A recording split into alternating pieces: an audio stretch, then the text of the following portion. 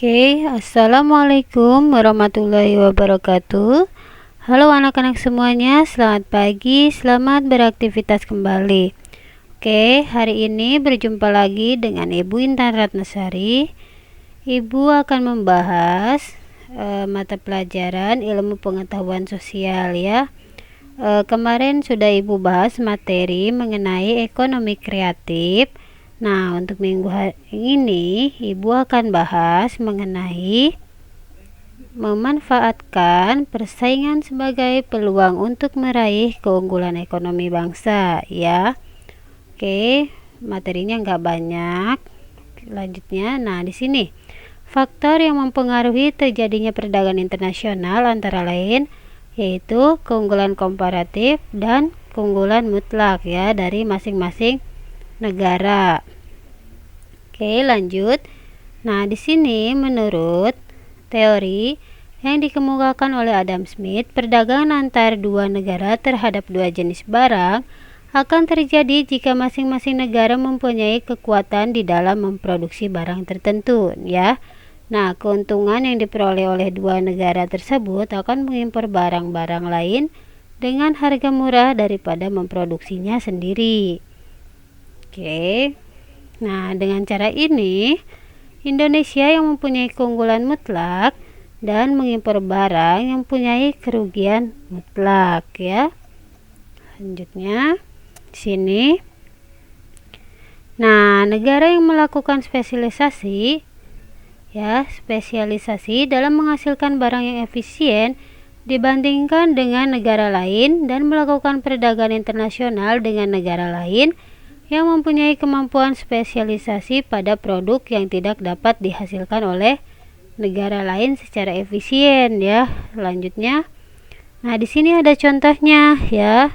Contohnya negara Indonesia dengan negara Thailand.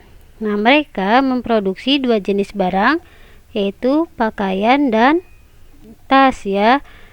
Dengan asumsi masing-masing negara tersebut menggunakan tenaga dan waktu yang digunakan sama. Nah, ternyata Indonesia mampu menghasilkan barang pakaian lebih banyak ya, sedangkan Thailand ini menghasilkan tas lebih banyak ya. Indonesia memiliki keunggulan mutlak ya untuk menghasilkan pakaian dan Thailand memiliki keunggulan mutlak untuk menghasilkan tas ya di sini. Selanjutnya, nah keunggulan mutlak ini ya terjadi apabila suatu negara dapat menghasilkan komoditas-komoditas tertentu dengan lebih efisien dibandingkan dengan negara lain. Lanjut. Kemudian di sini ada, nah keuntungan mutlak adalah keuntungan yang diperoleh negara karena negara tersebut mampu memproduksi barang dengan biaya murah dibandingkan dengan negara lain ya. Nah di sini menurut David Ricardo, nah perdagangan internasional terjadi apabila ada perdagangan keunggulan komparatif. Nah di sini keunggulan komparatif menyatakan bahwa suatu negara mampu menghasilkan barang dan jasa lebih banyak dengan biaya murah daripada negara lain ya. Lanjut. Kemudian di sini ada contohnya yaitu negara Indonesia dengan negara Malaysia ya. Nah, Indonesia mampu memproduksi kopi atau kelapa sawit ya secara murah, tetapi tidak mampu memproduksi timah ya, seperti halnya Malaysia yang bisa memproduksi timah dengan murah. Nah, ini artinya Indonesia memiliki keunggulan komparatif dalam memproduksi kopi atau sawit ya, dan Malaysia memiliki keunggulan komparatif ya, ini Malaysia ya memiliki keunggulan komparatif dalam memproduksi timah. Nah, keunggulan komparatif ini nah di sini keunggulan komparatif yaitu dapat meningkatkan standar kehidupan dan pendapatannya jika negara tersebut melakukan spesialisasi produksi barang atau jasa yang memiliki produktivitas dan efisien yang tinggi ya. Nah di sini berdasarkan keunggulan komparatif dan keunggulan mutlak, maka Indonesia tentu memiliki produk unggulan ya, komoditas ekspor yang dapat dijadikan sumber penerimaan devisa bagi negara. Nah, di sini Indonesia dengan kekayaan alamnya ya yang melimpah sehingga sebagai pemasok komoditi dunia ya. Oke, lanjut. Kemudian di sini ada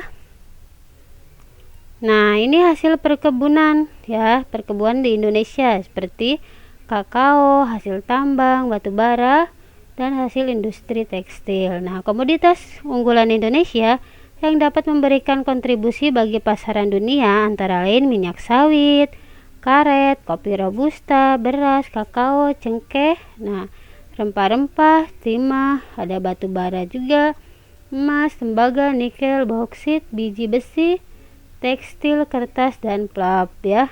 Nah, komoditi ini unggulan tersebut merupakan hasil pertanian dan perkebunan, hasil tambang dan hasil industri negara Indonesia ya.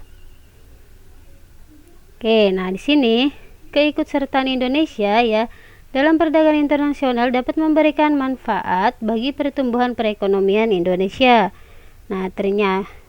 Tantangannya ya yang dihadapi dalam perdagangan internasional dalam era perdagangan bebas dan berdampak yang kurang ya menguntungkan antara lain yang pertama yaitu ada eksploitasi ekonomi, kemudian ada pudarnya identitas kebudayaan. Nah, selanjutnya perdagangan bebas juga bisa membuka akses meluasnya budaya barat dan berbagai kehidupan masyarakat Indonesia. Nah, yang terakhir yaitu ancaman fisik lingkungan ya, eksploitasi sumber daya alam berdampak pada perusakan lingkungan hidup.